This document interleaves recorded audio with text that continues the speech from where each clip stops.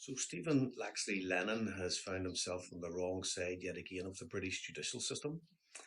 Uh, Stephen changed his name and is more commonly known, probably less respected for doing so, as Tommy Robinson, former member of the EDL and the kind of poster boy for the right wing, some would claim fascist boot boys of British anti-Muslim, Islamophobic, anti-immigrant, racist policies of some members of the establishment and also many members, unfortunately, of the British public.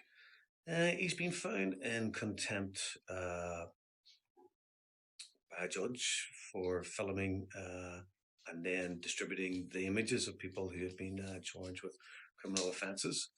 Something that Tommy himself found worthwhile to pass on to others. He's found himself uh, in breach of a court order. So he's facing up to 2 years in prison.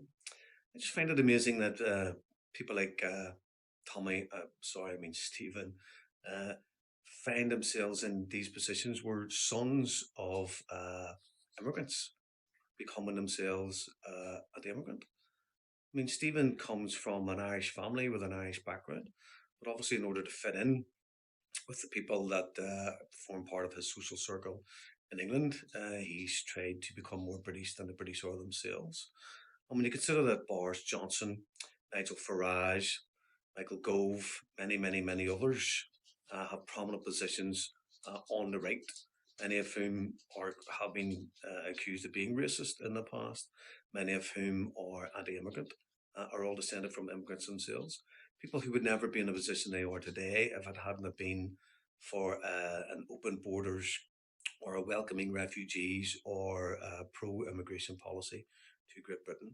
So, how the parents and grandparents of these people must feel about how their genetics have been passed from one generation to the next would certainly be worth finding out.